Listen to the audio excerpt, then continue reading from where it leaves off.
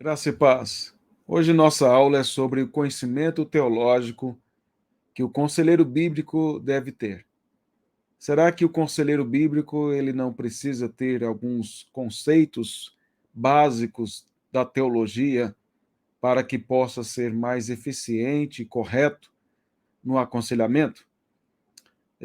Será que conselhos que ele der, se não forem pautados por princípios básicos da teologia, fundamentados nas escrituras, pode comprometer o seu aconselhamento? É sobre isso e outras questões que nós vamos ver nessa videoaula. Então vamos lá, a nossa aula sobre aconselhamento bíblico.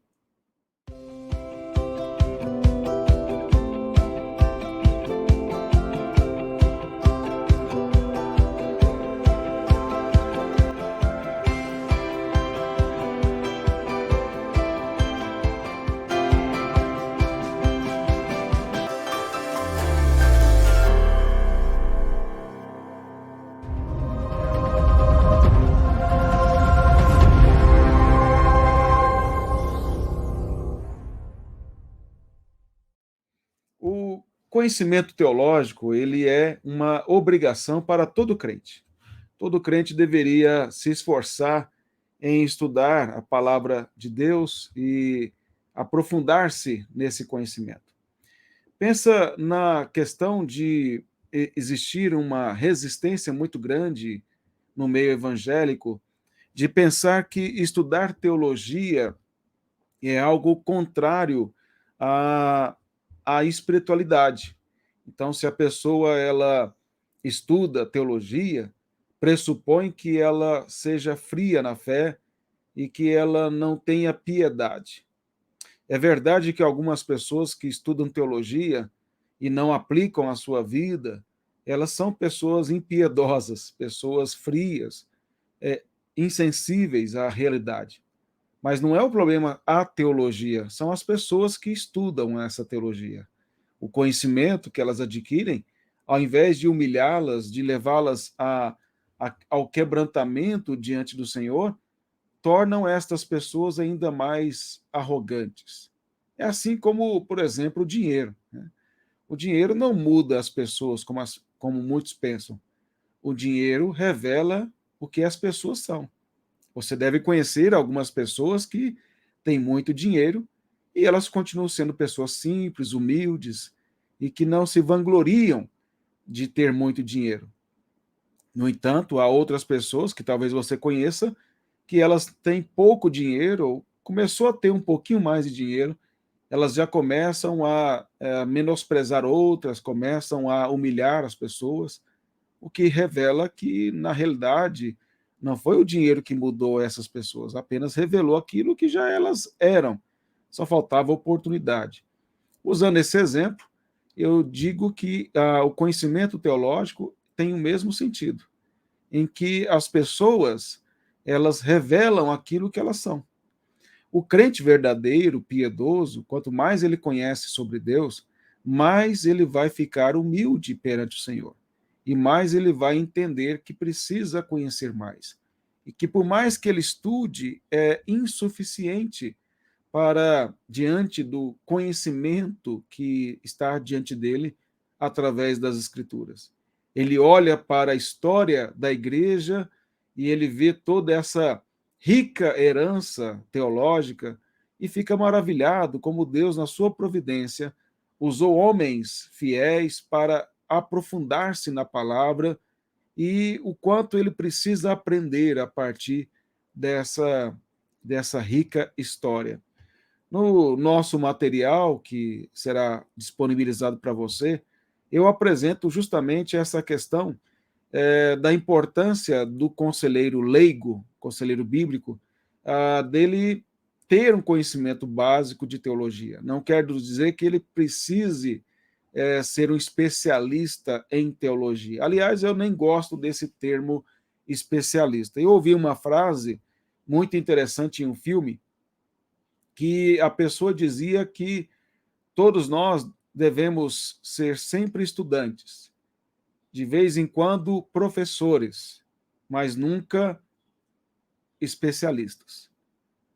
De vez em quando, nós podemos ser professores, mas sempre estudantes e nunca especialistas. O especialista, ele acha que sabe tudo sobre a área que ele estuda. E aí ele para de ter humildade, de reconhecer que precisa conhecer mais. O estudante sempre tem o entendimento que ele precisa estudar mais e precisa cada vez mais aprofundar-se. De vez em quando, ele tem a oportunidade de ensinar, mas volta a ser estudante. O estudante que assim pensa pode até ser um especialista em alguma área, mas ele não tem essa arrogância de pensar desta forma. Então, nesse sentido, é que eu quero trazer a teologia. A teologia não tem especialistas.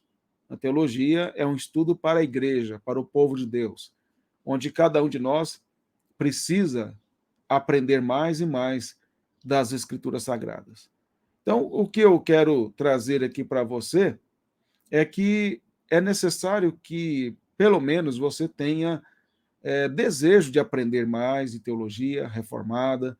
Há muitos livros de teologia sistemática, de teologia bíblica, que vão ajudar você a entender realmente alguns princípios fundamentais que contribuirão para o entendimento melhor das doutrinas básicas da fé.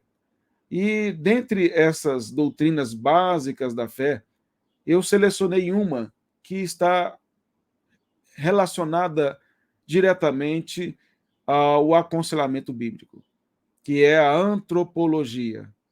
Antropologia, ela é formada aí por duas palavras gregas. Anthropos, que é homem, e logia, que é estudo, tratado, discurso. Portanto, é o estudo, ou discurso, ou tratado sobre o homem.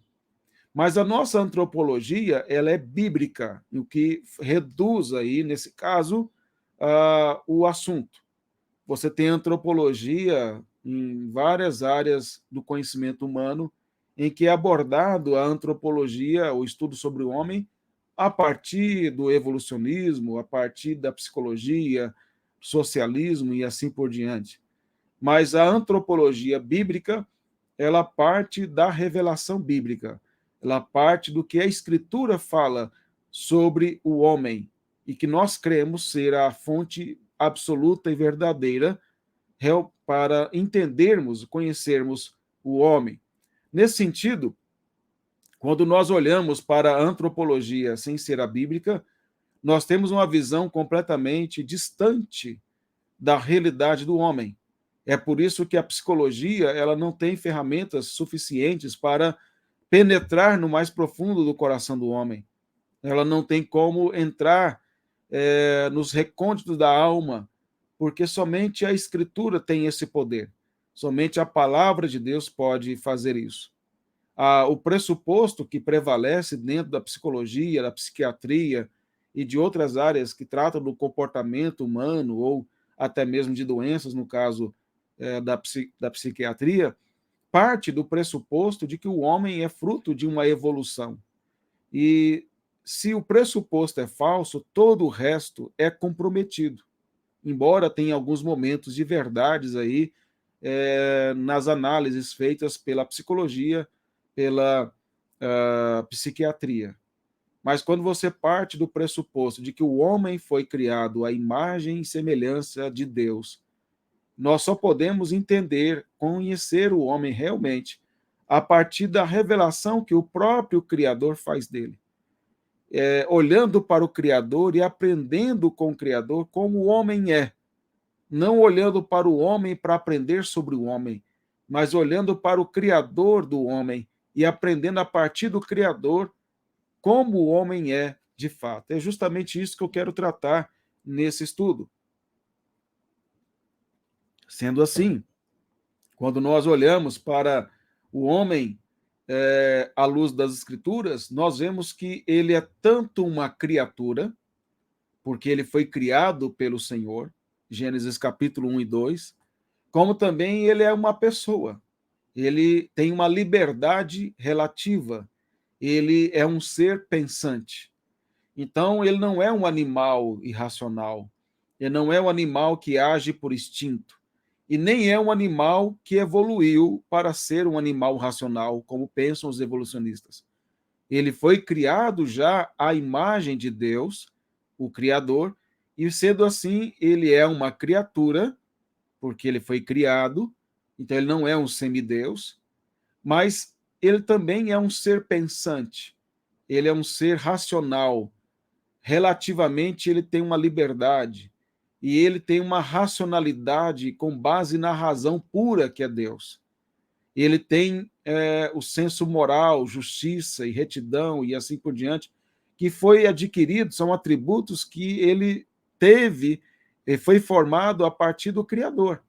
Então, sendo assim, o que nós vemos é que existe uma relação harmônica no fato de que o homem é um ser criado, é uma criatura e é uma pessoa.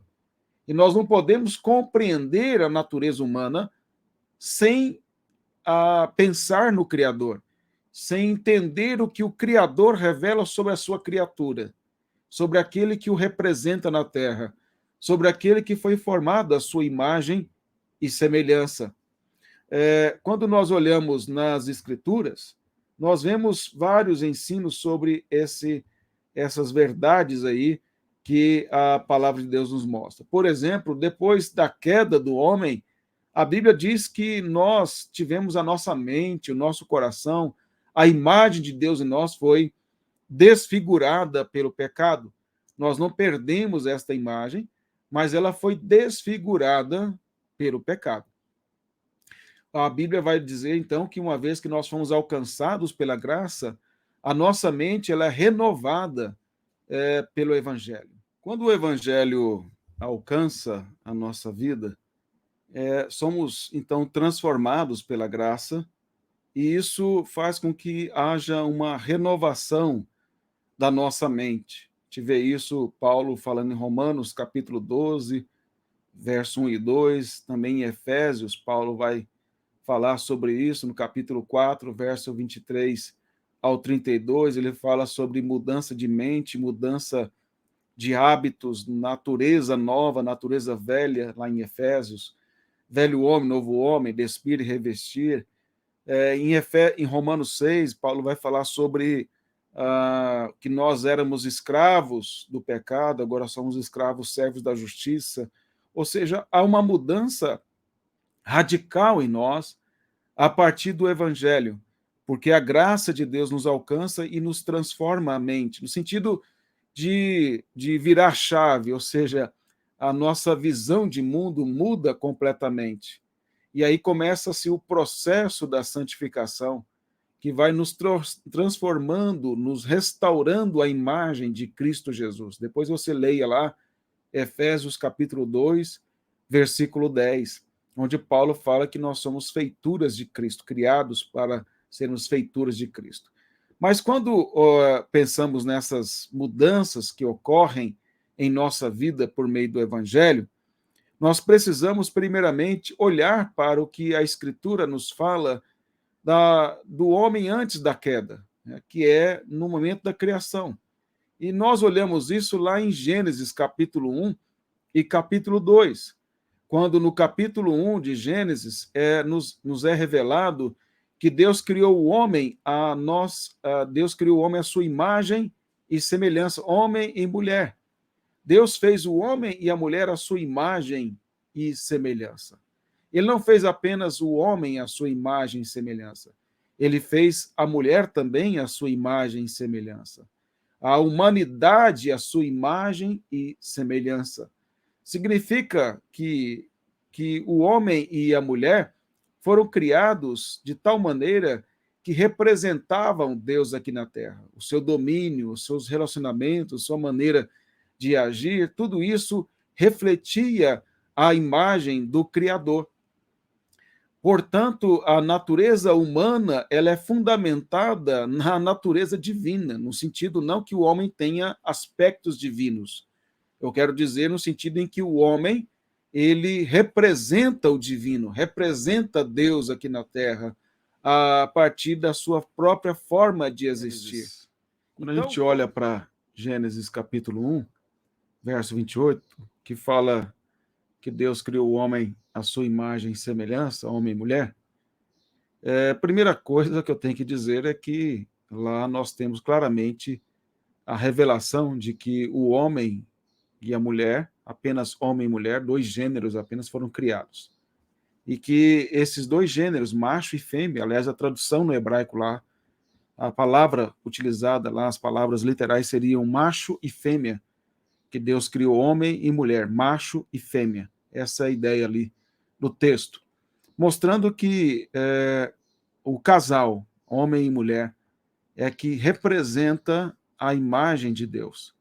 A partir do primeiro casal, nós teremos a família formará outras famílias, que formarão outras famílias, que formarão as famílias dos povos, como a gente pode ver na Escritura e como isso se desenvolveu na história da humanidade. Portanto, a base, o fundamento da humanidade é o casal entre homem, casamento entre homem e mulher, tornando uma só carne. Não há espaço para outra formação, outra base da humanidade, da família. Esse relacionamento entre homem e mulher, ele representa a relação de Deus com o seu povo. Quando você vai lá em Efésios, no capítulo 5, você vai ver exatamente essa forma de Paulo utilizar essa relação, quando você vê lá Paulo falando sobre, no capítulo 5, sobre o casamento, o homem e a mulher, como eles devem se relacionar, no capítulo 5, a partir do verso 18 ele fala de encher do Espírito Santo, aí no verso 22 do capítulo 5 de Efésios, ele fala sobre o papel da mulher, depois o papel do homem, e lá no verso 33 do capítulo 5, Paulo fala assim, aliás, 32, Efésios capítulo 5, verso 32. Grande é este mistério, mas eu me refiro a Cristo e à igreja. Não obstante vós, cada um de per si também ame a própria esposa como a si mesmo, e a esposa respeite ao marido. Paulo diz, grande é esse mistério, mas eu me refiro a Cristo e à igreja. Paulo está dizendo que a relação, o mistério realmente, mistério aqui na Bíblia, assim, o que ainda não está claramente revelado pela sua profundidade. A relação de Cristo com a igreja, a maneira como ele vai restaurar a sua igreja, como ele santifica a sua igreja e como ele vai restaurar a sua igreja na consumação, ainda são aspectos que não estão totalmente esclarecidos na sua complexidade. Nós sabemos que Cristo está santificando a sua igreja, que Cristo está aperfeiçoando a sua igreja por meio da sua palavra, que ele vai restaurar essa igreja perfeitamente, como Paulo diz lá em 1 Coríntios capítulo 15, ele fala que será no piscar e abrir de olhos, nossos corpos serão transformados, isso que é mortal será imortal, isso que é corruptível será incorruptível. Então, isso ainda é um mistério nesse aspecto, no sentido de que ainda não ocorreram todos os estágios relacionados a esse plano redentor de Deus para a sua igreja. Então, Paulo diz que ele usa esse mistério, essa relação gloriosa de Cristo com a sua igreja, para mostrar o quão importante é a relação do homem com a mulher. Significa que a relação de casamento entre um homem e uma mulher representa a relação de Deus com a sua igreja, de Deus com o seu povo. Por isso é uma afronta a Deus quando imagina-se uma relação conjugal de homem com homem, de mulher com mulher.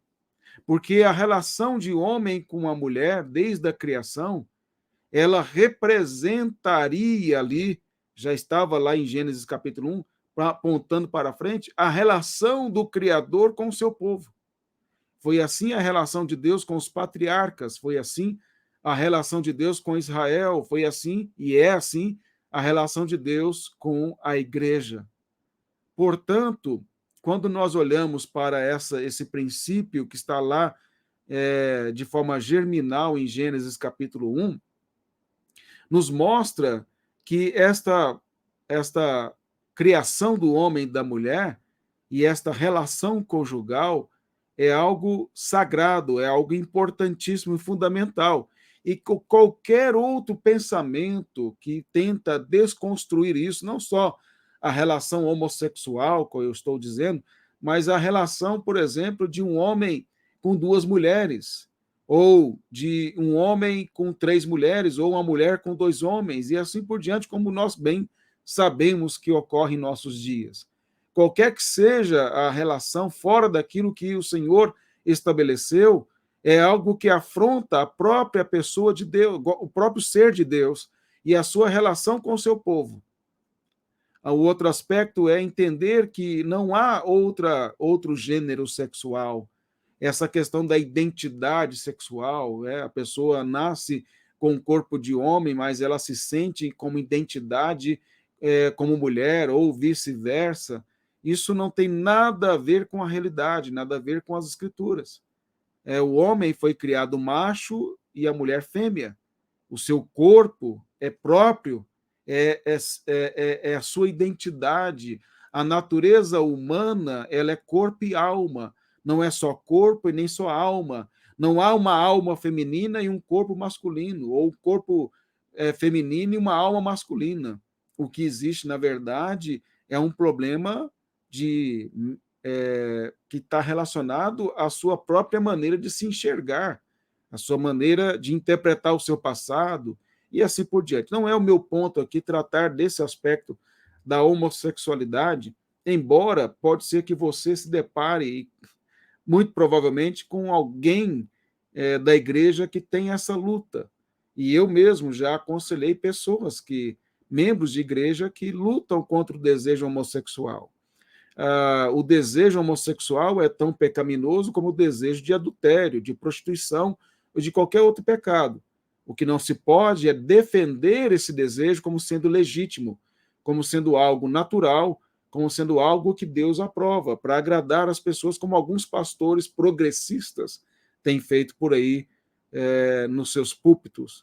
O que nós precisamos é mostrar a essas pessoas, e elas sendo crentes, e todas as que eu pude ajudar eram pessoas crentes que lutavam contra esse desejo. Assim como também alguém que, antes de converter, era uma pessoa dada à promiscuidade, ao adultério, às orgias e assim por diante, que agora, uma vez convertida, ela precisa lutar contra os seus desejos. Os desejos não vão embora, eles não vão sumir, seja quais forem. Eles estão aí, faz parte do velho homem. E nós precisamos despir do velho homem e nos revestir do novo homem. Então, é isso que o apóstolo Paulo, por exemplo, trata no capítulo 4 da carta aos Efésios, quando ele fala de despir do novo homem, do velho homem, revestir do novo homem. E ele fala que isso é por meio da renovação da nossa mente, lá no verso 24 do capítulo 4. O que eu quero dizer, eu estou só abrindo um pouquinho mais nesse aspecto, para dizer que a base de tudo é a narrativa da criação, que é Gênesis 1 e 2. O que vem depois é a queda, que desfigura esses padrões que Deus estabeleceu. E aí vem a redenção, que é a restauração do homem através de Cristo. E depois, por último, vem a consumação, que é a restauração final de todo esse processo que nós teremos em Cristo Jesus, a remoção absoluta de todos os efeitos da queda na imagem de Deus em nós. Quando você enxerga por esse ângulo, essa linha, criação, queda, redenção e consumação, e olhar a imagem de Deus no homem nesse sentido, entendendo que na apostila eu falo sobre isso com mais detalhes. Quando você olha, então, na criação, o homem foi criado, homem e mulher, a imagem e semelhança de Deus, e refletia isso de forma perfeita. Na queda, esta imagem foi desfigurada pelo pecado, de tal maneira que todas as áreas e todo o ser do homem e da mulher foi afetado pelo pecado. E aí a redenção é o processo que se dá desta restauração da imagem de Deus. E aí é a que chamamos de santificação. E nesse processo, há uma luta, há uma batalha, o caminho é estreito, a porta no final desse caminho é estreito, como Jesus diz em Mateus capítulo 7, verso 13 e 14.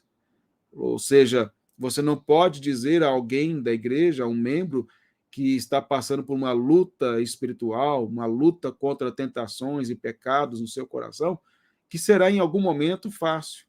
Ele precisa entender que o caminho é estreito. Não há lugar, não há momento em que esse caminho deixa de ser estreito. Ele é estreito o tempo todo. E aí você precisa o quê? Perseverar, caminhar, despir do velho homem, olhar para o autor e consumador da fé. E é por isso que você precisa ter esses conceitos básicos da antropologia bíblica na sua mente, para ajudar a pessoa a entender que ela precisa ser restaurada progressivamente à imagem de Cristo. Então, quando nós olhamos em Gênesis capítulo 1 e 2, nós vemos duas expressões, imagem e semelhança. Imagem e semelhança não são palavras que dizem aspectos diferentes, são sinônimas, em uma ênfase sobre o fato de que o homem foi criado à imagem e semelhança de Deus. Por exemplo, se você olhar no próprio livro de Gênesis, você vai ver que estas duas palavras elas ocorrem às vezes juntas, às vezes uma separada da outra. No material você vai ver lá que eu apresento os textos. Apenas como exemplo para você depois olhar direitinho. Se você olhar em Gênesis capítulo 1, verso 26, as duas palavras, imagem e semelhança, aparecem. E em Gênesis 1, 27, ou seja, no verso seguinte, somente a palavra imagem aparece. Em Gênesis 5, verso 1, somente a palavra semelhança é usada. Depois, em Gênesis 5, capítulo 5, verso 3, as duas palavras são usadas inversamente, e fica semelhança e imagem. E no capítulo 9 de Gênesis, verso 6, somente a palavra imagem, o que claramente mostra que não há diferença. Por exemplo, é a mesma coisa quando você vai para o Novo Testamento, e eu não pretendo aqui entrar em debate sobre isso, porque aí seria uma outra aula, mas quando fala alma e espírito, alma e espírito é a mesma coisa. É uma ênfase, como, por exemplo, quando perguntaram ao Senhor Jesus qual é o principal mandamento da lei. Ele disse, amar ao Senhor teu Deus de todo o coração, alma, força e entendimento. Se nós, então, tivéssemos que entender que Jesus está departamentalizando o homem, então o homem seria coração, uma parte, alma, uma outra parte, força, entendimento, né? Então cada um desses seria uma parte. Não, ele não está dizendo que o homem é uma parte, coração, força, alma, entendimento. Ele está apenas dizendo que o Senhor deve ser amado com todo o nosso ser, com tudo que nós somos. Então, alma e espírito tem a ver com a parte imaterializada nossa, ou seja, a nossa parte espiritual. E o corpo é a parte material. E o homem é corpo e alma, ele é imaterial e imaterial, ou seja, ele tem uma alma e ele tem um corpo. Quando Deus fez o homem, lá em Gênesis capítulo 1, do pó da terra, ele apenas era um corpo. Mas Deus soprou fôlego de vida nele, a alma nele. E aí tornou um ser vivente, tornou-se de fato um homem completo, alma e corpo. Quando nós morrermos, o nosso corpo vai para a terra, para o pó, e a nossa alma ou espírito, tanto faz você usar alma ou espírito, é a mesma coisa, vai para o Pai, não é assim? E quando nós ressuscitarmos, a nossa alma volta para o nosso corpo, que é a restauração completa. Quando o Senhor Jesus morreu na cruz, ele entregou o espírito ao Pai, e o seu corpo foi para o sepulcro. É isso que é morte. Morte é a separação temporária entre a alma e o corpo, ou entre o espírito e o corpo, tanto faz. Volto a dizer, corpo, alma e espírito é a mesma coisa. Então, são apenas sinônimos, como imagem e semelhança. Mas eu não quero aqui entrar em debate sobre isso, mas apenas para tentar te mostrar a natureza humana. Isso é importantíssimo. Por quê?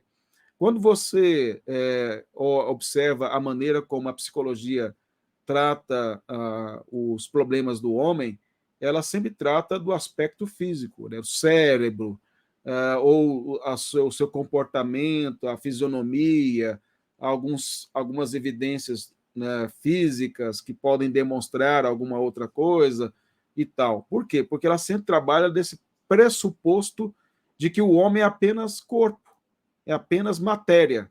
Por quê? Porque a base da psicologia é ateísta. Mas quando você olha para a Escritura e entende que o homem, como natureza humana, é corpo e alma, as duas coisas, significa que há algo que um laboratório ou a ciência ou a observação humana não pode perceber. Somente aquele que conhece o mais profundo do nosso ser, que é o Senhor. E só existe uma ferramenta capaz de entrar nesse âmbito e penetrar todo o ser do homem, que é a Escritura, que é o Evangelho. Então, pensando desta maneira, nós temos que entender que imagem e semelhança está relacionado a alguns aspectos que eu quero apenas destacar rapidamente. Primeiro, a questão intelectual. O homem é um ser intelectual e, como ser intelectual, ele expressa Deus. Deus é razão pura, perfeita e absoluta. Nós somos seres racionais porque nós fomos criados à imagem de Deus. Nós somos seres morais porque nós fomos criados à imagem de Deus. Nós somos seres que têm afetos e sentimentos e emoções e vontade porque nós fomos criados à imagem e semelhança de Deus. Quando Deus nos criou à sua imagem e semelhança e éramos perfeitos, o homem ele era governado pela razão em primeiro lugar, a vontade em segundo e a emoção por último. Primeiro ele pensava corretamente sobre as coisas que governavam a sua vontade de fazer a vontade de Deus, de obedecer à ordem de Deus, e ele então tinha prazer, emoção, sentimento prazeroso nisso. Quando o homem peca contra Deus e o pecado desfigura a imagem de Deus nele, a emoção passou em primeiro lugar, a vontade permanece em segundo e a razão fica por último. Pode observar que quando nós pecamos, pecamos pelo prazer que o pecado dá. E depois, movidos pela vontade de fazer aquilo que os nossos olhos desejaram, tem prazer, imaginar que aquilo vai nos dar prazer. E depois a gente pensa na burrada que fez, não é? Então, é mais ou menos isso. Você pode observar que das coisas mais simples, até na dieta, não é assim? A gente olha para aquele doce e aí até saliva, dá aquele prazer, né? Você imagina comendo aquele. Eu amo pudim. E aí você olha aquele pudim e fala, você imagina o prazer de comer aquele pudim. E aí, dependendo disso, vem aquela. E vem em seguida, naturalmente, a vontade de comer aquele pudim, e às vezes você não pode mesmo, porque não faz tão bem assim o açúcar, né?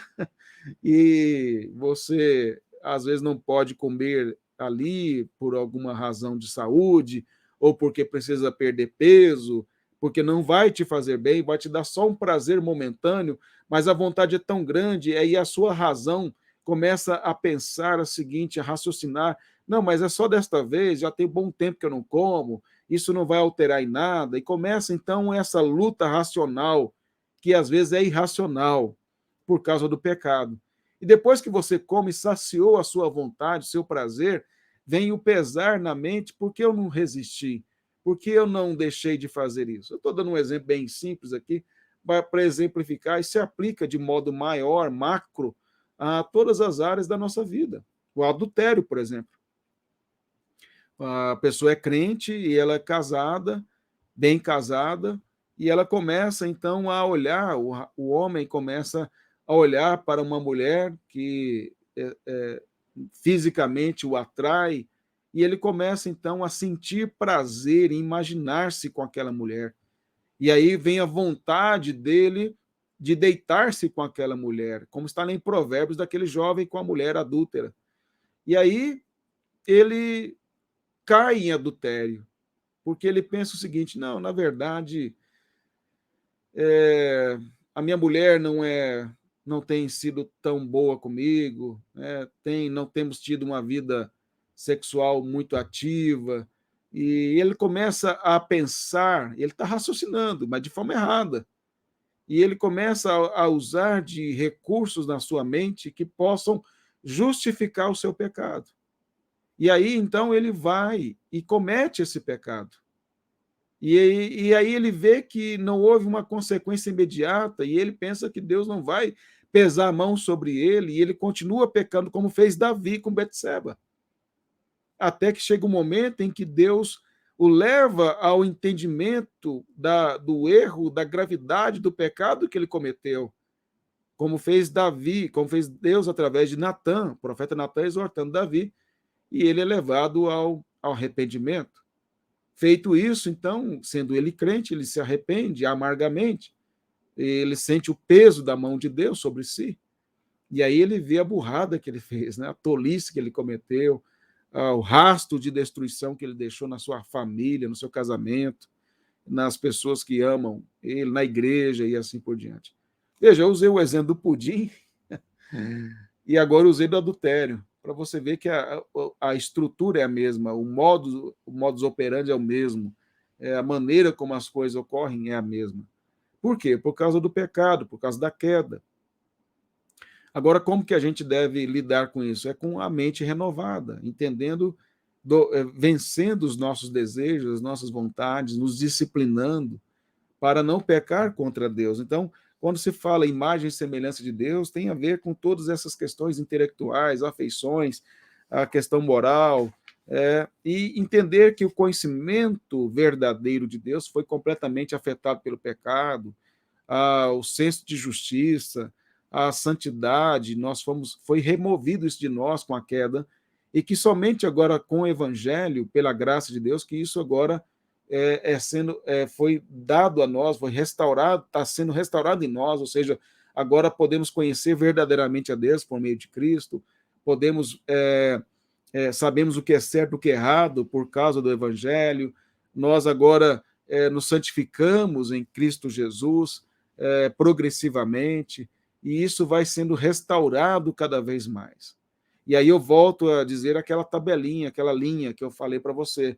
Você tem que pensar sempre na imagem de Deus antes da queda, na criação, com a queda, como isso foi completamente afetado em todo o ser do homem, foi afetado pelo pecado, e é por isso que há toda distorção sobre casamento, sobre relação entre homem e mulher, sobre justiça, sobre emoção, sentimentos, pensamentos, tudo isso foi afetado pelo pecado. E somente através do evangelho, aí vem a redenção, é que nós somos renovados progressivamente à imagem de Cristo.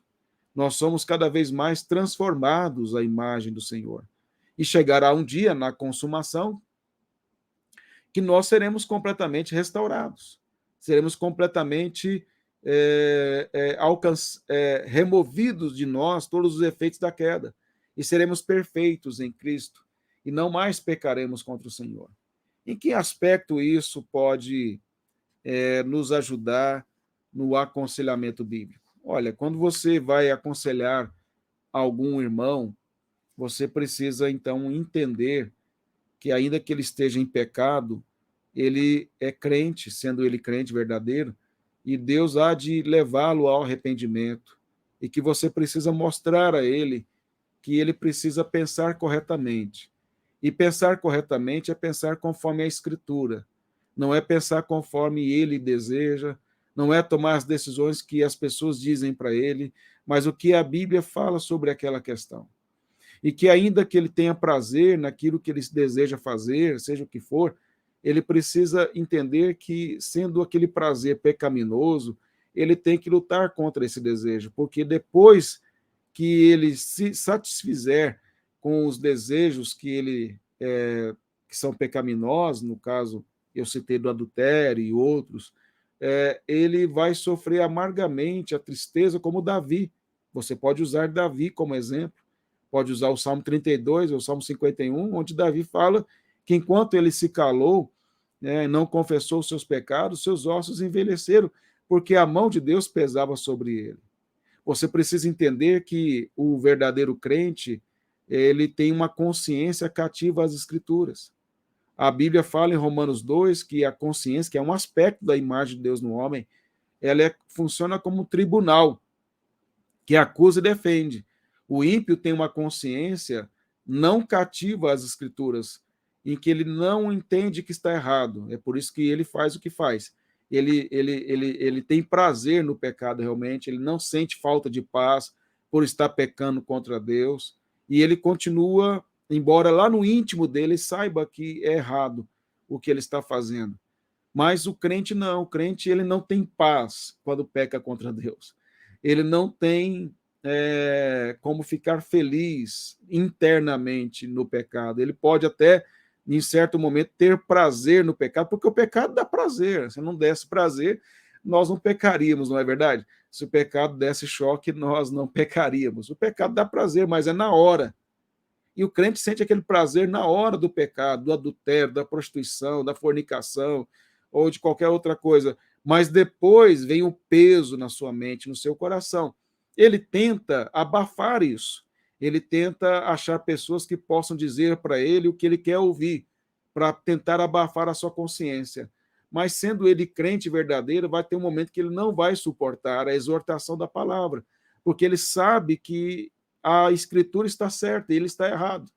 Então você precisa confiar que o Espírito Santo vai usar a palavra de exortação, que é a Escritura, e vai tocar na consciência dele, vai tocar no coração dele, vai amolecê-lo, como Davi, ocorreu com Davi, quando o profeta Natã o exortou e disse: você é o homem. E aí ele se arrependeu. E ele disse: eu pequei contra o Senhor. Até então, Davi estava com o coração, com a consciência ainda, eu posso dizer, a consciência calejada. Aí vem a palavra de Deus e tira aquele calo e leva ele ao arrependimento. Então, quando você vai aconselhar um crente, você deve orar, aconselhar e orar em espírito: Senhor, quebranta o coração dessa pessoa, leve ao arrependimento. Já aconteceu em momentos que eu aconselhei, vou dar um exemplo aqui de algo não tão grave assim.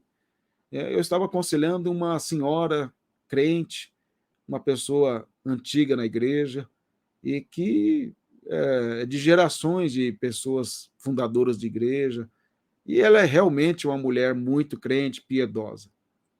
Mas ela tinha um pensamento que não era bíblico acerca de tratar os seus problemas com as pessoas. Por exemplo, ela, ela, ela poderia ficar com raiva de mim, vamos imaginar, já aconteceu disso, ela ficar com raiva de mim e não dizer para mim que eu errei com relação a ela, como Jesus fala que tem que fazer. Se teu irmão pecou contra ti, vai ter com ele. E aí ela mudava a fisionomia, a forma de tratar, pressupondo que eu tinha que saber por que ela estava com raiva de mim. E aí eu disse a ela que isso não pode ser dessa forma, porque às vezes a pessoa nem sabe que cometeu algum erro contra ela, porque às vezes acontece, não é? De nós errarmos contra um irmão, às vezes nem errou, mas aquele irmão acha que errou e fica magoado. Às vezes a gente erra mesmo e nem percebe que cometeu um erro ali, falou alguma coisa indevidamente, ou teve um comportamento que ofendeu o irmão. E aí eu disse a ela que ela precisava chegar na pessoa e dizer, ou em qualquer outra pessoa, dizer: olha, meu irmão, eu não gostei que você fez isso e tal, e não mudar a postura dela simplesmente na intenção de achar que, no pensamento de que a outra vai saber. Ela disse: não, a pessoa sabe sim. E eu disse: minha irmã, mas não está certo. A Bíblia diz que se o teu irmão pecou contra ti, a irmã precisa ir lá. Jesus falou isso. Vai lá e trata com a pessoa, repreende ela, exorta biblicamente. E se ela se arrepender, está resolvido. Não se arrepender, leva testemunha. Não se arrependeu, leva o conselho da igreja, a liderança, né? Mateus 18, Jesus fala isso. Ela, não, mas eu sou assim, eu aprendi com meu pai dessa forma, e é assim que eu faço e tal. E eu disse, olha, minha irmã, com todo respeito, a irmã está dizendo que a Bíblia diz que a irmã está errada e que deve ser agido de outra forma. E aí você está dizendo, a senhora está dizendo que age de outro jeito porque aprendeu com o seu pai. Então, a autoridade do seu pai, o que ele ensinou, que a irmã acha que é o certo, é maior do que a escritura? Não, mas a Bíblia diz, mas eu faço assim. Não, a irmã está dizendo isso. Não importa o que seu pai disse, o que a irmã acha, o que eu acho. O que importa é o que a escritura diz. E o que a escritura diz é verdade absoluta para qualquer pessoa que serve ao Senhor. E ela continua ainda, meio que, como diz na minha terra, teimando, né, sobre isso. Mas eu falei para ela, irmã, eu sei que a senhora é crente, uma mulher de Deus, mulher de oração, e eu tenho certeza do que eu estou dizendo é bíblico, e eu creio que o Espírito Santo de Deus vai levá-la a pensar sobre isso. Então, ora, pensa, peça a Deus sabedoria, discernimento, se o que eu estou dizendo é bíblico ou não, vai, estuda a Escritura, e eu tenho certeza que Deus vai mostrar para a irmã que essa postura está errada, porque a Escritura diz o contrário. O que eu fiz nesse caso? Eu quis mostrar àquela irmã que eu entendia que ela era crente, e ela de fato é. E que eu contava que o Espírito Santo de Deus, que habita nela, assim como habita em mim, a levaria a se submeter à autoridade das Escrituras.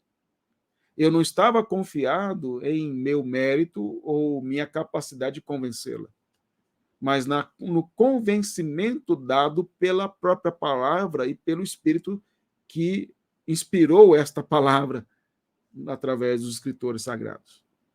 Então é isso que você deve fazer. Você não é o Espírito Santo. E você não tem que convencer ninguém.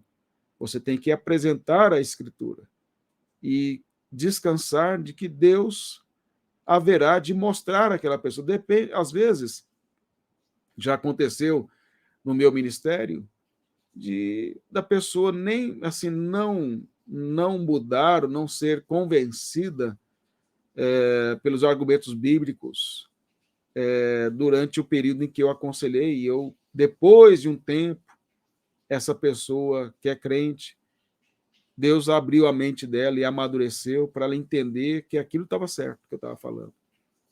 Então, pode ser que você nem veja o resultado ali durante um período breve.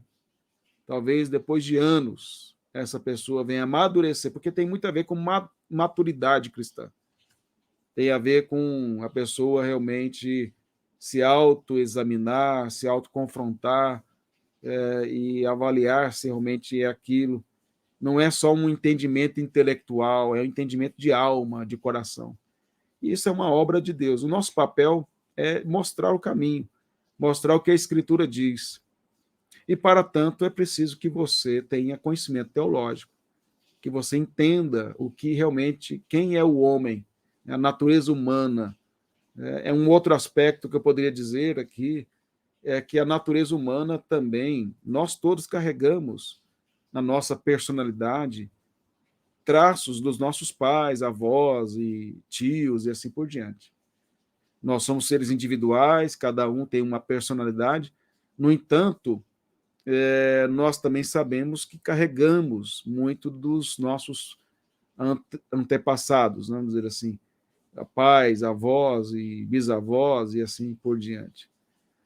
Quando a gente vai aconselhar alguém, é importante você conhecer ou saber um pouco sobre o pai e a mãe daquela pessoa, os avós, se for possível, a relação que eles têm dentro da casa, porque algumas coisas contribuem para a formação da personalidade geneticamente, e há outras que contribuem em termos de comportamento aprendido, como é o caso daquela irmã que eu citei, que aprendeu um comportamento errado, uma maneira errada de ver a vida e os relacionamentos com o pai, e nunca se questionou se aquilo que o pai ensinou era verdadeiro, biblicamente ou não. Então, o que nós precisamos é olhar para a Escritura e aprender com ela o que ela nos ensina sobre tudo aquilo que adquirimos de conhecimento. Eu quero recomendar para você alguns livros que você possa adquirir. Esse aqui, ó, primeiro, Criados à Imagem de Deus, do Anthony Huckman. Esse é um livro clássico, e gostoso de ler, da editora Cultura Cristã. Então, é Criados à Imagem de Deus. Eu vou colocar aqui para você olhar bem. Anthony Huckman. Aí, ó. E esse livro, essa aqui é uma capa antiga, né? É outra capa que tem agora, mas é isso aí, ó, Criados à Imagem de Deus. Compra esse livro, você vai... esse livro é fantástico aí, vai te ajudar demais mesmo nessa questão. Outros livros que eu recomendo a você comprar são os livros do Dr. Heber Carlos de Campos. E aí essa série, O Habitat Humano, aqui, Dr. Heber. Então você pode ver aí, Heber Carlos de Campos. Ele tem, são alguns volumes aí. Então esse é o primeiro volume, que é O Habitat Humano, o Paraíso Criado. Depois tem o Habitat, o Paraíso Perdido, que é a queda. Depois o Paraíso Ausente, que é o período, então, da nossa redenção aqui, quando nós caminhamos em direção ao novos céus, nova terra. E depois o Paraíso Comparado, né, aqui. Então, só para ajudá-lo aí a... Mas eu recomendo de todo o meu coração você comprar o Criados à Imagem de Deus, do Anthony Huckman, e leia. É uma leitura muito gostosa. O Dr. Heber também é fantástico, mas eu falo assim, uma leitura mais rápida, você vai ficar maravilhado com esse assunto aí. E também você pode fazer o curso de Teologia Sistemática do nosso instituto, que trata da antropologia bíblica, para te ajudar nessas questões aí. Então, espero ter contribuído aí mais com essa aula e que você possa aprender esses conceitos básicos da natureza humana para ajudar outras pessoas nas suas percepções e que juntos possamos crescer na graça e no conhecimento do Senhor Jesus. Que Deus assim nos abençoe. Amém.